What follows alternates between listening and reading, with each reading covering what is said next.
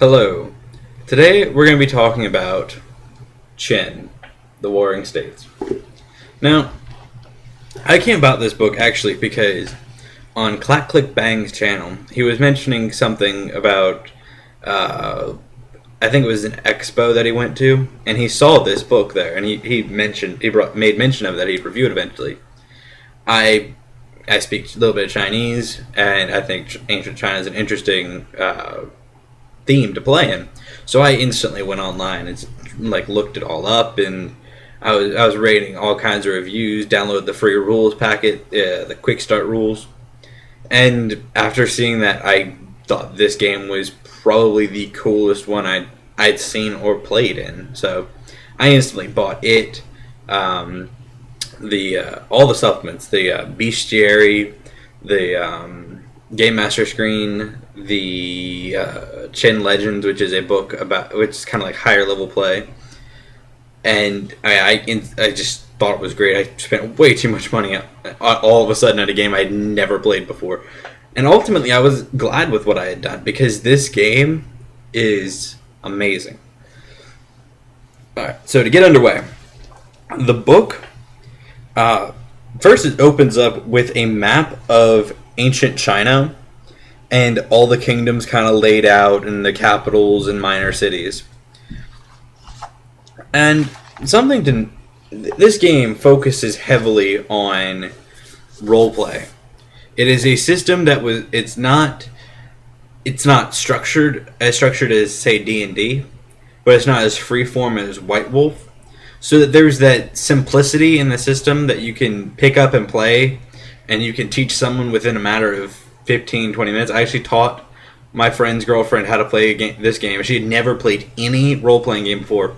I taught her how to play this game in 10 minutes of actual playing, and she understood how to do the basics enough that we could press on without any problem. And the game at each chapter opens up with a little bit of a story, much like White Wolf with their fiction. Only this is better because it's a continuation of a story throughout the book at the beginning of the chapters, and it actually carries over into the other books. Like the Bestiary and Qin Legends both have stories continuing with the same main characters from these book stories. So we get some good fiction. We get a history, a very in-depth history, actually. I've studied ancient China, and when I was reading this book, I found myself being able to skip through areas because I had read enough about, I knew enough about those from classes I'd actually taken, college courses. And when I read the book, I realized they were redundant from those courses, so I was able to skip through them. And they're actually, I went back through eventually to, double check that I could have skipped through it without, justifiably. And they are fairly accurate in what they've done. However, when they wrote it, they did a very good job about staying true to what it actually is. And then, getting into the next area, if I can find table of contents as a guide. Alright, next after we get the history of heaven and earth, we get into characters. Now, the characters are broken up into, each character has 5 aspects. Wind, water, earth, fire, metal. Alright, now they represent, simplistically, they represent things like charisma, intelligence, dexterity, things like that, but they're not as, structured as that. They're not so hard and fast like that. But that's the easiest way to explain it. And your character gets, I believe it's 14 to spread across the 5 of them. And you get a point system, much like White Wolf had you allot dots. And it's a similar concept. And 1-to-1 ratio. So character creation is very fast. You get gifts and you get a gift and a weakness. Your gift tends to be something like you can re-roll a type of skill, and your weakness tends to be, it can be a lot of things. And they're fairly all in depth, and there's supplements that offer more, I believe. You get into your skills. Your skills are things. Your let me pull up some skills so I can give some good examples, because I don't want to step into the next areas. I don't want to step on its toes. Skills support 4. I know that things are like survival, but I want to give more than just survival. All right, yeah, we get things like Art of War, Bang Shu, which is skill with a stick, a quarterstaff. We get Craft, Stealth, Horsemanship. It's really where your weapon skill is. And all of your skills are from levels. You have 6 level. Actually, it's 7 technically, because you have beginning, which is 0 points in it, all the way up to godlike. Now, unfortunately, it's not as flavored as White Wolf's when they say, level 1 kind of represents this, and they kind of give examples of what each level represents in regard to a specific skill. But it's not really critical. You can kind of get the idea with the names of beginner, apprentice, competent, expert, master, legendary, and godlike. Obviously, so it's fairly easy to understand what your skills represent. From your skills, you then go into the phase of Chi, which represents kind of your ability to continue to do certain things. Your magic, your Daos, and your weapon techniques, which are different than just swinging your sword. You get your passive defense, which is, your AC. You get your Breath of Life, which represents your hit points. It also shares the White Wolf idea. Honestly, I think other systems have done it, but I'm just using White Wolf because it's the biggest one I know, and it's the only other one I've encountered. Is at different levels of health, you take penalties to whatever you're trying to do to represent how wounded you are. And then you get your Renown, which that's self-explanatory. And they're all kind of based on the aspects that you put in. So, then we get to the Dao. Daos, Taos. Side note, something that does bother me about this game. Some things are spelled out in Pinyin, which is an English translation of Chinese. And Zhongguo actually means China in Mandarin Chinese. My problem is that not everything was translated right. Because you have some things written out in Pinyin, and I like that. You have some things written out in this, I believe it's called Wade Giles, and that's represented in Taos. Taos is actually Daos. It's actually Pinyin and pronounced as Dao. The Chinese, Dao with a D, not a T. I don't understand why it's done with that, and it bothers me every time I see it, because people pick it up and say, oh, Taos. I'm like, no, it's not. Because this book mishmash. And then the worst offense, in my personal opinion, what they did was there were some things that they kept their Chinese meaning, but they did not translate it. There is one person in the adventure in the back of the book called Bronze Fist. That makes no sense. No one would name their child Bronze Fist. They would name it the Chinese words for bronze and fist. I do not know why they did not translate it.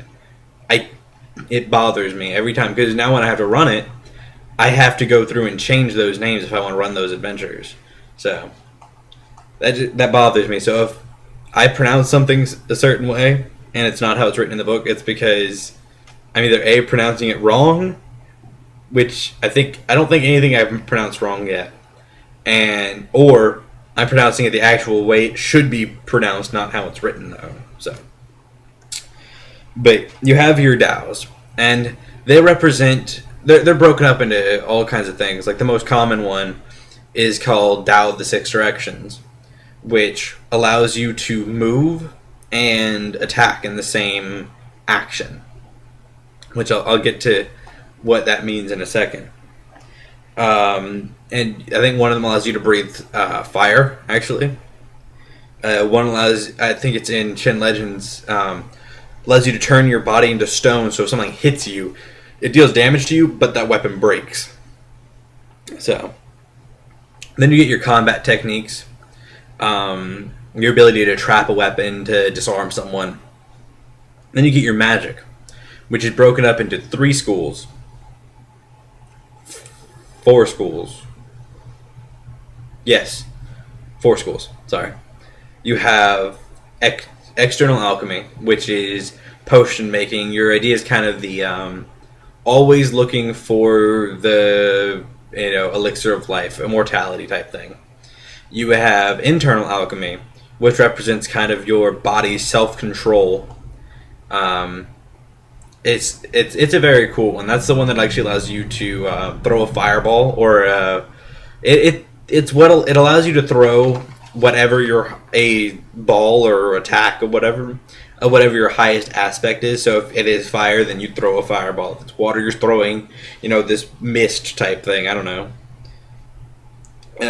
Divination, which it works the same way. It's very self-explanatory. Obviously, scrying, future telling, things like that. And then the last one is my personal favorite, is exorcism. It's the type of ability that allows you to combat supernatural creatures very effectively, particularly ghosts and spirits and shit like that. So, and something about the character creation for this game. You get all these points. You get, I think it's 5 or 7 points to a lot between combat techniques, dows, and magic. So you can divvy them up however you feel necessary. But something I really like about this game is it is a classless game. They do have templates, for lack of a better term. They're essentially like, if you were this type of character, these are the skills that you might have. But you don't have to have those characters. They're essentially just kind of like concepts, and just kind of a guideline for how that concept would work. And I really like that. I think that's really good, because you play White Wolf, and whereas it's not completely has classes, it does to an extent. This game, you could have you're very different from the next person if you want to be, or you could be very similar and be in 2 different backgrounds. So I just really like that. How the game works, like the system that it uses, is called a yin-yang system. What you do is you roll 2d10. It could be black and white, or however. I personally don't have a black and white one yet. I actually want to buy mine with Chinese numbers on them to go with the game, but I can't find a black one that does that. But whatever. But you roll them at the same time, and then you subtract the smaller one from the larger one, and add that to the aspect and skill that you were asked for. So if you've got 4 in metal, a 3 in Janshu, which is swords, and that's actually how it's written. I think it's a type of blade. I'm not positive, but so you got 3 in metal, 4 in Janshu, and I get a 3. I get a a 3 and a 0, because there's no 10. It represents 0. So, I've got a 10. Now, if that meets or exceeds the DC that I'm supposed to, of my target's passive defense, I hit him.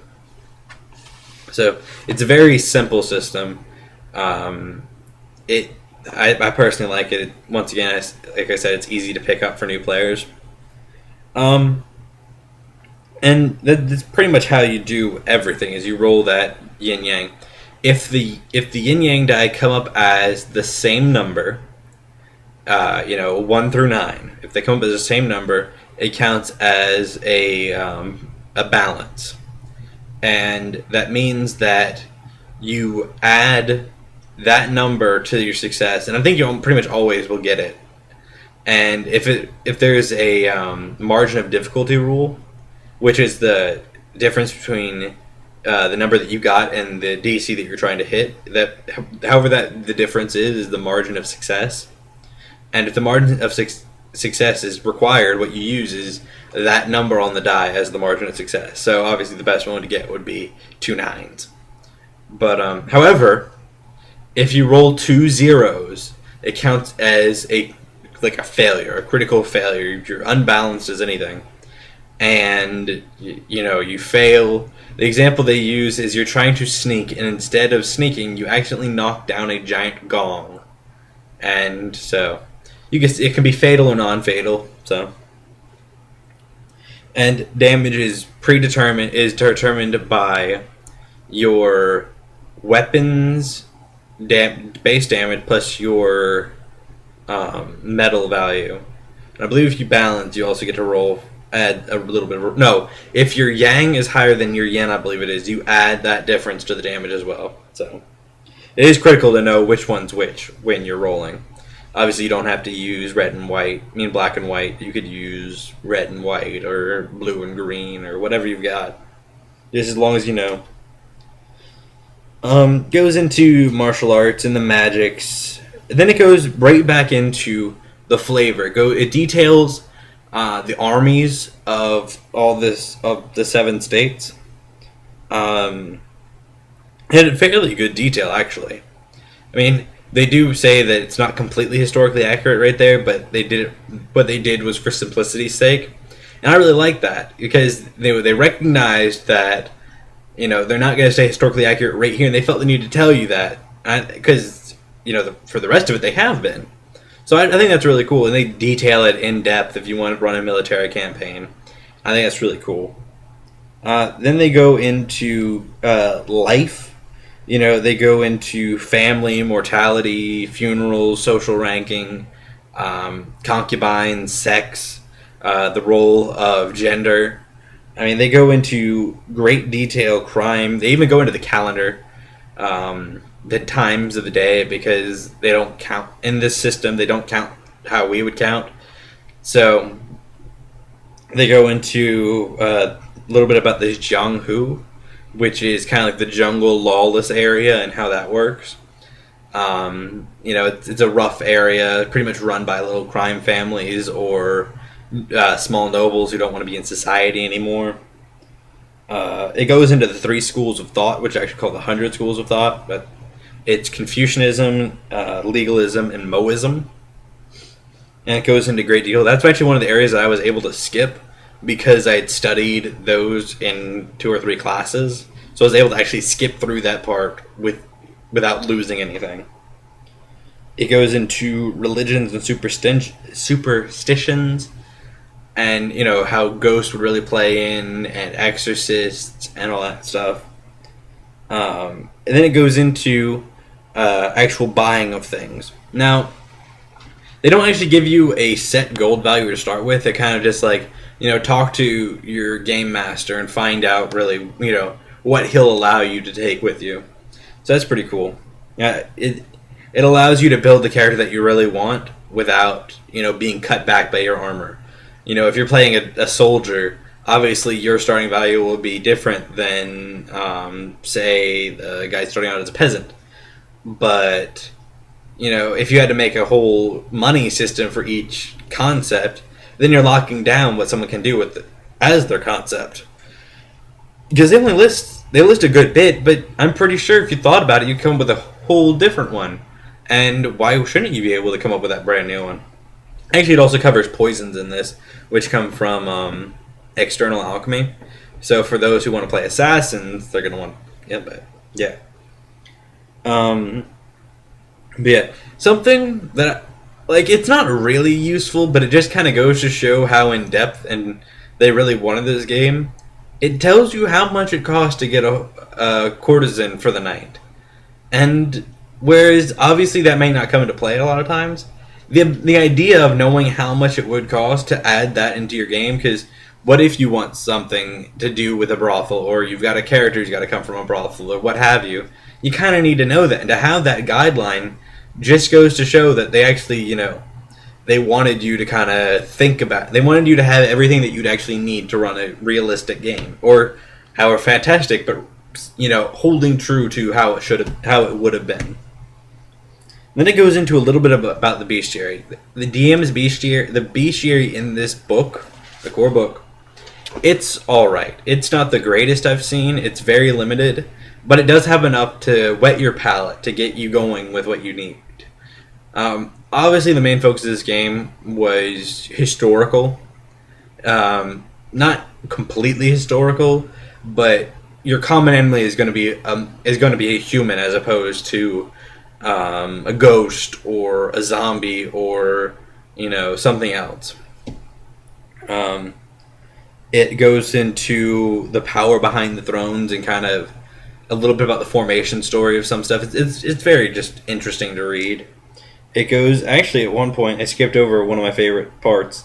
Actually, is there's a chapter about the hells of China and who rules each one. It's very, very cool up until because if your character dies, you could actually run an adventure set in that afterlife period as he tries and gets his way out again. So that's just an idea. Goes into how to do experience, which is very much like White Wolf's in that it rewards role playing as opposed to combat all the time. Renown, and then it goes into kind of how to DM pretty much, the story, the visualizing scenes, the things like that. Then it's got an adventure in the back to kind of get you started because they actually are producing a campaign, and this is kind of like the prequel to it, so that's pretty cool. That covered. The things that I really like about this game are that it's so story heavy that even the handful of pre-generated characters that they gave you were, they still had, half a page to a page of backstory for that character. So that really just goes to show you that the game focuses less on the rules and the system as opposed to the story that you're trying to tell, the characters, the ideas, the actions. I mean, this game, unlike D&D where it penalizes you in a way for trying to do crazy cool shit, like, running on the rooftop and then leaping off the last second to try and hit that guy in the back of the head who's running away. You do it in D&D, you gotta make your athletics check, you gotta make your jump check, you gotta, in the end, make your tumble check to try and avoid that damage that's probably gonna hit you. Then you gotta make your attack roll. But, you're penalized because unless you're a monk or a rogue or something, you're fucked. Whereas this game's like, yeah, you can do pretty much whatever you want. If you can think of it, our skills are broad enough that you can do anything, really. And, one part starts off in a marketplace, and they say, try to encourage your players to do something like kick over a market stand on someone or throw fruit at their enemies to try and, get them to back off. I mean, just fun stuff like that. I really like that. So, ultimately, if you got the money to throw down for Chin, I strongly recommend it.